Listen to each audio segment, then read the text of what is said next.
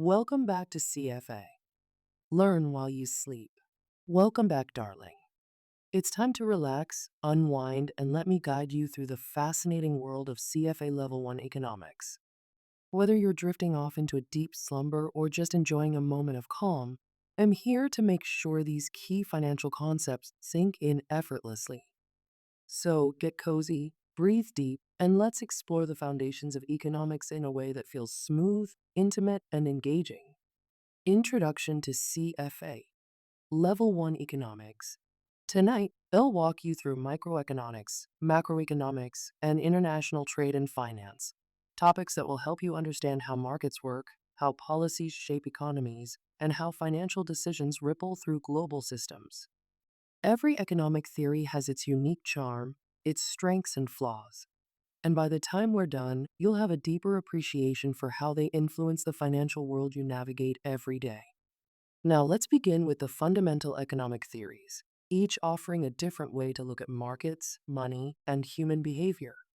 Understanding major economic theories.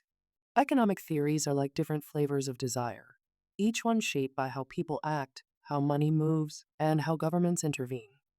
Some believe in the power of free markets, others swear by government intervention, and some see human psychology as the true driver of economic behavior. Let's uncover these perspectives one by one. 1. Classical economics. The invisible hand at work. Picture a world where everything falls perfectly into place, where the economy regulates itself and markets naturally balance. That's the dream of classical economics, a belief that if we all pursue our own self-interest, the economy will flourish. Key principles. Markets are self-regulating and always find their equilibrium. The best thing governments can do is step back and let markets work their magic. Prices and wages adjust to reflect market conditions. Real-world applications.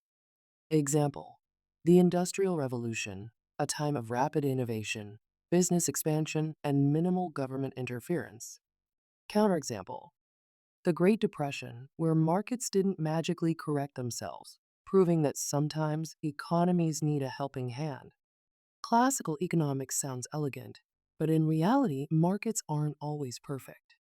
Sometimes they need a little nudge or even a full-blown rescue plan. 2. Keynesian economics. When governments step in. Now, imagine a world where the economy slows down, businesses hesitate, and unemployment rises.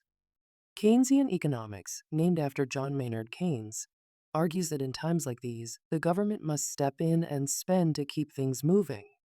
Key principles. Demand is what drives economic growth, not just supply.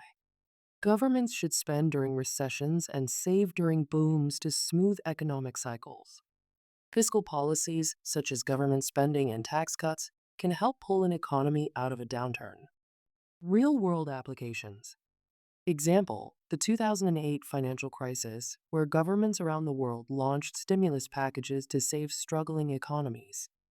Counterexample: the 1970s stagflation, when high inflation and unemployment defied Keynesian expectations, proving that spending alone isn't always the answer.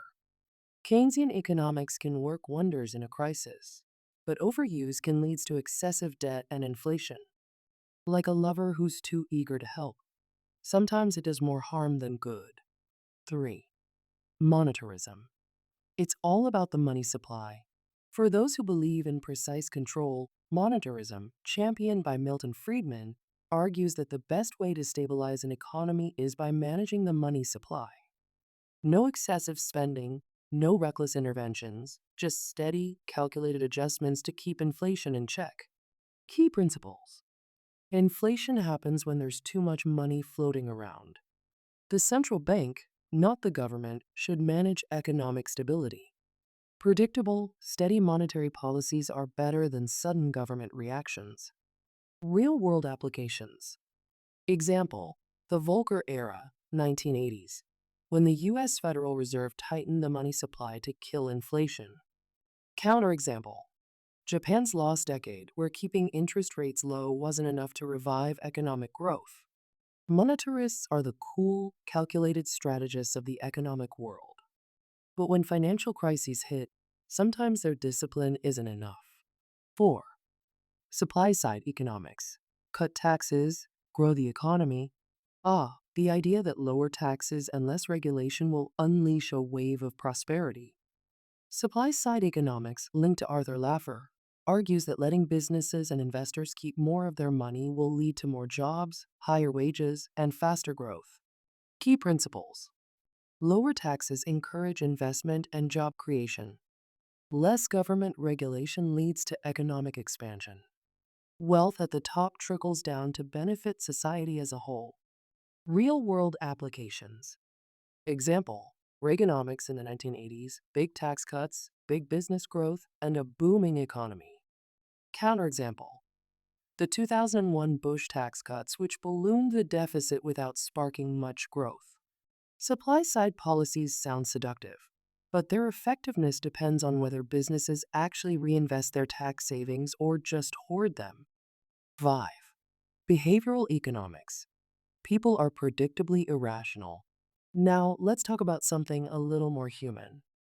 Behavioral economics, led by Daniel Kahneman and Richard Thaler, recognizes that people don't always make logical choices. Instead, emotions, biases, and psychological quirks shape their financial decisions. Key principles: people make emotional financial choices. Behavioral biases, like loss aversion and overconfidence, influence investments. Policymakers can design strategies that guide people toward better financial decisions. Real-world applications. Example: automatic enrollment in retirement plans, since most people procrastinate on saving for the future. Counterexample: the 2008 housing crisis, where homebuyers took on risky mortgages due to overconfidence and herd mentality. Behavioral economics reminds us that numbers alone don't drive the market. Fear, greed, and human nature play a huge role too. Final thoughts. Each economic theory offers a unique perspective on markets, money, and policy decisions. Some emphasize free markets, others believe in government intervention, and some focus on the irrational nature of human behavior. Understanding them will help you analyze financial trends, predict policy moves, and make smarter investment decisions. As you drift off to sleep, let these insights settle into your mind. The more you engage with these ideas, the sharper your financial intuition will become. Until next time, darling, keep learning, keep growing, and keep dreaming big.